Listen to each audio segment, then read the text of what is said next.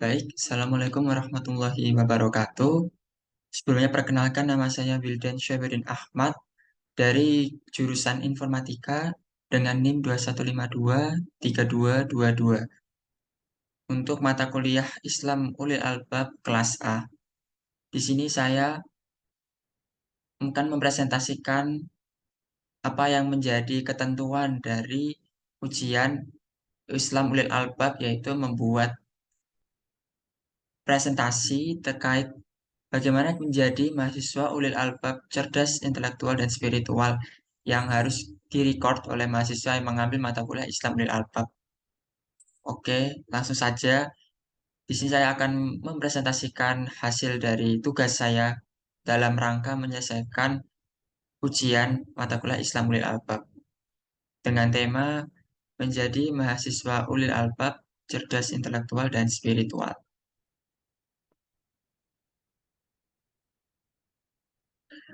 Konten yang akan saya sampaikan yang pertama yaitu pengertian ulil albab, yang kedua konsep insan ulil albab, dan yang ketiga pribadi mahasiswa informatika yang mengamalkan insan ulil albab, dan diakhiri dengan penutup.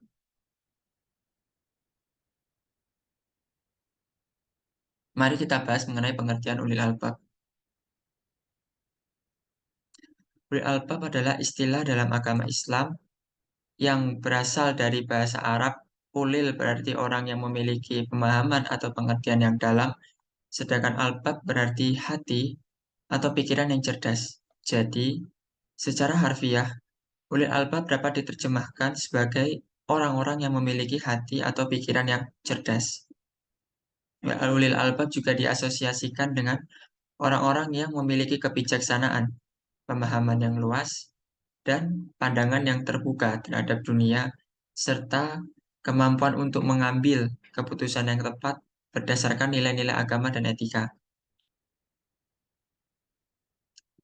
Jika kita membahas sedikit mengenai konsep ulil albab, dalam Islam, konsep ulil albab menekankan pentingnya pendidikan, pemahaman yang mendalam, dan penelitian yang cermat dalam menjalankan agama, serta berfungsi sebagai pedoman dalam menghadapi berbagai situasi kehidupan sehari-hari. Ulil albab dianggap sebagai teladan yang baik dalam mempelajari dan mengamalkan ajaran Islam dengan benar, serta menjadi pemimpin yang bijaksana dalam masyarakat. Jika kita menelaah lebih dalam mengenai ulil albab sendiri, seseorang yang memiliki karakteristik ulil albab tentunya akan menjadi role model bagi orang sekitar. Mengapa? Karena ia memiliki pemahaman agama yang mendalam. Itu yang pertama.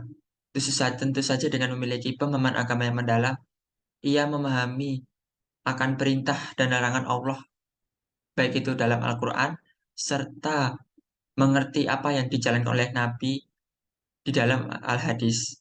Dengan memahami dua hal tersebut, baik itu Al-Quran dan Al-Hadis, tentu saja itu sudah cukup bagi dirinya untuk dijadikan sebagai pedoman dalam berperilaku di masyarakat. Konsep ulil albab. Di sini kita akan membahas lebih dalam mengenai konsep ulil albab. Terdapat beberapa aspek penting dalam konsep ulil albab. Di antaranya, satu, pengetahuan agama. Ulil albab memiliki pemahaman yang mendalam tentang ajaran agama Islam. Mereka mempelajari Al-Quran, hadis, dan ilmu-ilmu agama lainnya dengan cermat. Mereka memahami prinsip-prinsip ajaran agama dan mampu menghubungkannya dengan kehidupan sehari-hari. Dua, kecerdasan dan pemahaman. Ulil albab memiliki kecerdasan intelektual dan spiritual. Mereka tidak hanya menghafal informasi, tapi juga mampu memahami makna-makna yang terkandung di dalamnya. Mereka mampu menganalisis, menelaah, dan merenungkan ajaran agama dengan mendalam.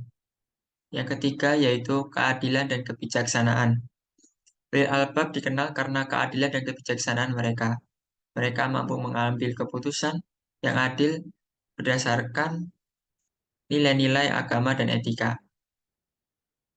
Jadi kita tahu tadi, yang pertama terkait pengetahuan agama, di mana insan ulil albab itu paham betul tentang ajaran-ajaran Islam, baik itu larangan Allah perintahnya pun juga ia pahami. Sehingga ia tidak menerjang apa yang dilarang Allah, justru sebaliknya menjalankan apa yang diperintahkan Allah. Selain itu mereka juga memahami dan mengamalkan apa yang sudah diamalkan oleh Nabi, yaitu melalui al-hadis. Baik itu apa yang dilakukan Nabi ataupun yang diamalkan oleh sahabat. Dan ilmu-ilmu lain yang menunjang. Sehingga dengan ketiga hal tersebut, mereka mampu memahami dan menerapkan prinsip ajaran agama dan diimplementasikan dalam kehidupannya sehari-hari. Sehingga tak heran dengan memilih pengetahuan agama yang mendalam, justru itu menjadi tameng bagi diri mereka atas perilaku-perilaku yang menyimpang yang sering terjadi di zaman ini. Yang kedua, kecerdasan dan pemahaman. Karena kita tahu Insanul Albab itu memiliki kecerdasan intelektual dan spiritual. Bukan hanya menghafal, tentu saja mereka memahami maksud atau makna-makna di dalamnya. Tak hanya menghafal, memahami, tapi mampu menganalisis, menelaah, dan juga merenungkan ajaran agama dengan mendalam, menghubung mengkaitkan apakah apa yang sudah mereka pahami dalam Al-Quran ini, bagaimana mereka mengimplementasikannya di kehidupan sehari-hari. Tak hanya sekedar membaca, tapi juga memahami. Itulah insan ulil albab. Dan yang ketiga yaitu keadilan dan kebijaksanaan. Keadilan dan kebijaksanaan ini maksudnya ulil albab dikenal karena keadilan mereka mampu mengambil keputusan yang adil berdasarkan nilai-nilai agama dan etika. Dalam artian di setiap pengambilan keputusan menyikapi hal-hal yang dihadapi, baik itu kondisi yang sulit dan lain sebagainya, mereka tidak gegabah. Justru sebelum mengambil keputusan mempertimbangkan banyak faktor dan tentu saja itu adalah faktor-faktor dari hukum-hukum agama yang sudah dipaparkan oleh Allah dalam Al-Quran maupun dalam Al-Hadis. Sehingga keputusan mereka ini dapat membawa kebaikan bagi kemaslahatan umat. Seperti itu. Di sini mengenai konsep kita akan memperkuat kembali 3 poin tadi yang sudah kita sebutkan. Sudah disebutkan oleh Al-Bab dalam Quran Surat Al-Imran ayat 190 sampai 191. Inna fi khalqis samawati wal ard wa ikhtilafil laili wan nahar la ayatin la ulil albab alladzina yadhkuruna Allaha qiyama wa qu'uda wa 'alan junubihim yatafakkarun fi khalqis samawati wal ard rabbana ma khalaqta hadza batila subhanaka faqina adzabannar. Jadi di sini memiliki arti bahwa sesungguhnya dalam penciptaan langit dan bumi dan silih bergantinya malam dan siang terdapat tanda-tanda bagi orang-orang yang berakal. Maksudnya, orang-orang yang mengingat Allah sambil berdiri atau duduk atau dalam keadaan berbaring dan mereka memikirkan tentang penciptaan langit dan bumi seraya berkata, Ya Tuhan kami, tiadalah Engkau menciptakan ini dengan sia-sia, dan suci Engkau, maka lindungilah kami dari siksa neraka. Memahami makna dari Quran Surah Al-Imran ayat 190 dan 191, ayat ini menggambarkan sikap ulil albab yang senantiasa mengingat Allah, merenungkan penciptaannya, dan menyadari bahwa segala sesuatu dalam alam semesta memiliki tujuan dan hikmah yang mendalam. Mereka memperoleh pemahaman tentang kebesaran Allah melalui pemikiran dan refleksi spiritual. Kalau kita melihat artinya kembali di sini, orang-orang yang mengingat Allah sambil berdiri ataupun duduk. Berdiri di sini maksudnya beribadah atau sholat kepada Allah. Jadi orang insan ulil albab itu sendiri, mereka mengingat bahwasannya mereka diciptakan itu untuk apa? Tidak lain adalah beribadah kepada Allah, baik itu siang ataupun malam.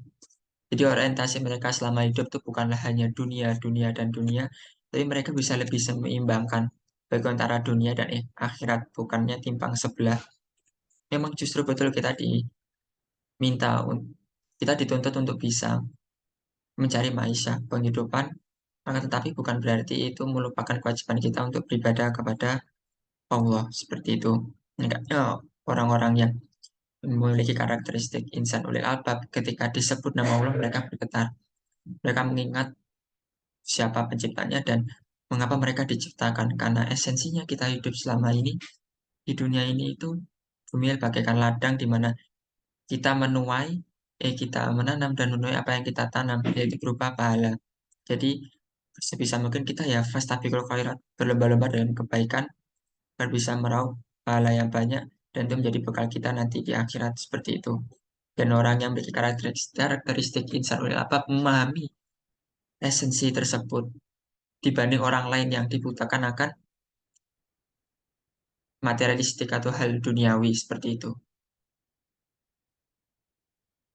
Kita lanjut,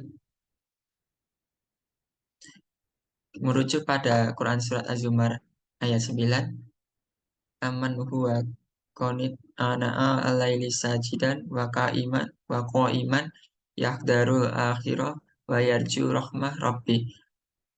Kul hal yastawil ladina ya'lamuna wal ladina la ya'lamun innama yatadakkaru ulul albab. Artinya, apakah kamu, hai orang-orang musyrik yang lebih beruntung, ataukah orang yang beribadah di waktu-waktu malam dengan sujud dan berdiri, sedang ia takut kepada azab akhirat dan mengharapkan rahmat Tuhannya? Katakanlah, adakah sama orang-orang yang mengetahui dengan orang-orang yang tidak mengetahui? Sesungguhnya orang yang berakal yang dapat menerima pelajaran. Kalau kita mau memaknai dari Quran surat Az-Zumar ayat 9, ayat ini menekankan perbedaan antara mereka yang memiliki pengetahuan dan pemahaman dengan mereka yang tidak. Di sini dimaksudkan yaitu orang-orang musyrik dan juga orang-orang iman. Ulil albab adalah orang-orang yang memiliki akal, berfungsi dan digunakan untuk memperoleh pengetahuan yang benar dan memahami ajaran agama dengan mendalam. Dalam artinya pun kita ditanya apakah orang-orang musyrik itu lebih beruntung daripada orang yang beribadah di waktu malam, sujud dan berdiri, sedangkan ia takut kepada azab akhirat dan mengharapkan rahmat Tuhannya. Jawabannya apa? Tentu tidak. Justru yang beruntung adalah orang-orang yang ingat pada Allah dan dia mau meluangkan waktunya terlepas dari mereka capek atau tidak di waktu malam untuk beribadah kepada Allah. Mungkin di sini bisa dimaksud yaitu sholat lail, qiyamul lail itu sholat malam ya, yang berat, yang pahalanya itu begitu tinggi karena di waktu itulah itu disebut waktu mustajab, dan yang dimana waktu itu banyak orang yang justru tidur karena capek, tapi orang yang mau beribadah, mau menyempat-nyempatkan waktunya, itulah yang mendapatkan pahala yang besar.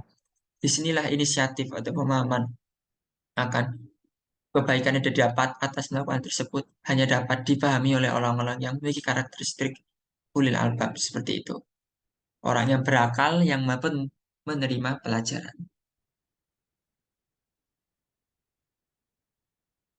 Lalu ada sumber lain yang menguatkan konsep ulil albab yaitu melalui hadis riwayat Muslim nomor 1631. Ida mata ibnu Adam in kotoa amaluhu illa min thalathin sodakotin jariyah au ilmun yung tafa'ubi au walidin sholihin yad'ulah, rawahu Muslim. Artinya apabila anak Adam manusia telah meninggal dunia, maka terputuslah amalnya darinya kecuali tiga. Berarti hanya ada tiga perkara, tiga hal yang tidak akan putus meskipun seorang hamba itu meninggal, yaitu sedekah jariah, sedekah yang pahalanya terus mengalir, ilmu yang bermanfaat, atau anak soleh yang selalu mendoakannya. Jika kita memahami maksud dari Quran, dari hadis riwayat Muslim tersebut, dapat kita pahami bahwasannya merujuk pada pengertian-pengertian sebelumnya. Islamul Albab itu yaitu orang yang berakal, yang memahami maksud dari yang Allah firmankan ataupun yang Nabi sabdakan. Allah memerintahkan hambanya tentu saja memiliki maksud dan juga membawa kebaikan bagi orang tersebut. Dan dan hal tersebut mampu dipahami oleh orang-orang yang berakal, yang memahami maksudnya dan tak hanya berorientasi pada dunia saja. Ini yang kita maksud yaitu insan ulil albab. Jika kita merujuk pada hadis ini, dikatakan bahwasannya ada tiga hal yang tidak akan putus, yaitu amal seseorang, kecuali yaitu sedekah jariah. Walaupun orang tersebut meninggal, sedekah jariah yang dia lakukan selama hidup di dunia itu akan terus mengalir pahala. Lalu ilmu bermanfaat dan juga anak-anak yang selalu mendoakannya. Yang akan kita highlight di sini yaitu ilmu yang bermanfaat. Mengapa? Karena salah satu contoh atau apa kita bangun identifikasi bahwa orang tersebut adalah insan ulil albab, yaitu dia haus akan ilmu-ilmu baik itu ilmu dunia maupun ilmu akhirat, yang mana ilmu tersebut nantinya tentu saja akan membawa kebaikan baik bagi dirinya maupun orang lain, karena dengan ilmu tersebut dia mengerti bagaimana cara beribadah, apa ada etika yang baik di hadapan orang tua, bagaimana etika yang baik ketika berhadapan dengan orang lain, yang tentunya ilmu tersebut akan membawa kebaikan bagi dirinya dan juga orang lain.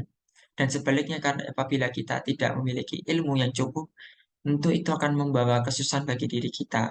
Baik berbagai aspek, jika kita berbicara mengenai dunia tentunya, tanpa ilmu kita tidak tahu kita harus berbuat apa jika ingin melakukan sesuatu.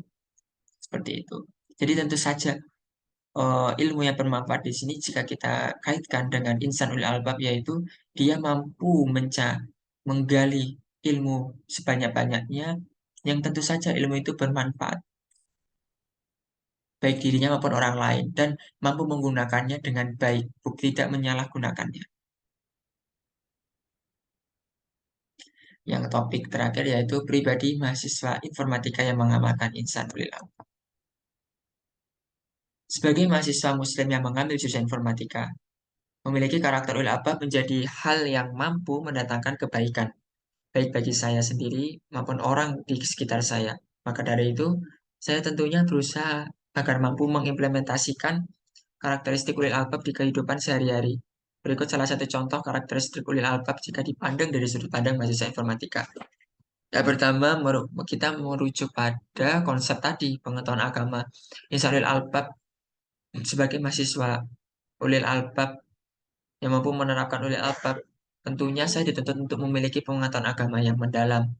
Karena dalam menyikapi perkembangan teknologi yang ada, tentunya dengan memiliki pengetahuan agama yang mendalam, mampu membawa inovasi terkait teknologi yang berkaitan dengan ilmu agama Islam, dan juga tidak melanggar batas-batas yang telah Allah tetapkan seperti itu.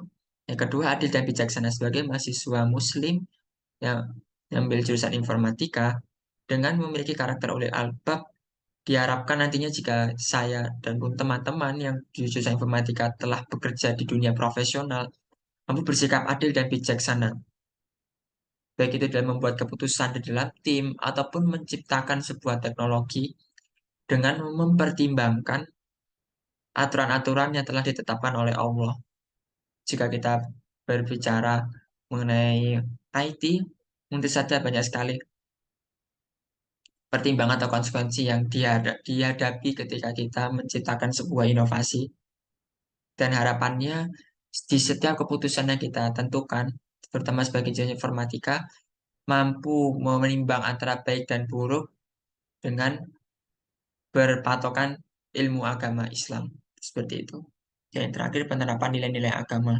Yang dimaksud di sini yaitu dalam menyikapi perkembangan teknologi yang ada, bukan hal sewajarnya apabila kita, terutama sebagai mahasiswa informatika, menelan mentah-mentah informasi yang ada ataupun menggunakan teknologi atau teknik tertentu tanpa mengetahui apakah hal tersebut dilarang ataupun diizinkan dalam agama Islam seperti itu. Sebagai contoh, sekarang kita sudah tahu yang namanya eh, e-commerce, dan sudah banyak sekali pihak-pihak yang mencoba menjadi dropshipper, ataupun kalau kita berbicara tentang asuransi dan lain sebagainya. Tentunya dalam hal perkembangan teknologi itu justru membantu ya, adanya e-commerce, lalu muncullah pekerjaan dropshipper ataupun asuransi dan lain sebagainya. Itu justru biar punya tujuan awal untuk membantu kemaslahatan umat.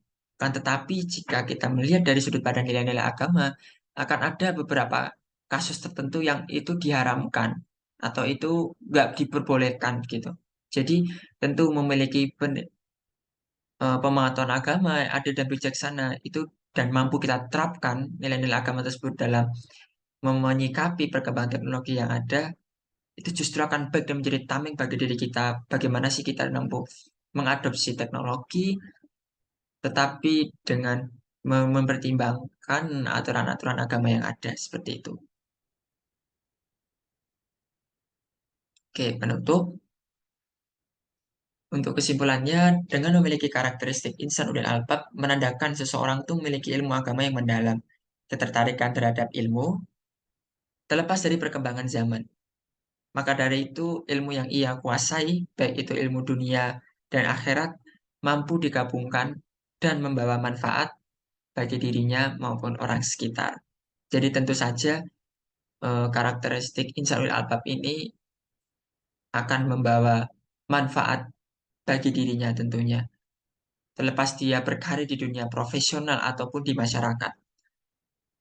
Karena bahwasannya ilmu agama itulah yang akan menjadi tameng bagi diri kita terhadap hal-hal buruk yang akan terjadi ke depannya. Seperti itu. Mungkin itu saja yang dapat saya sampaikan. Saya Wildan Syafrin Ahmad, pamit undur diri. Mohon maaf apabila ada kesalahan baik dari segi ucapan ataupun kalimat-kalimat yang menyinggung. Kurang lebihnya mohon maaf. Wassalamualaikum warahmatullahi wabarakatuh.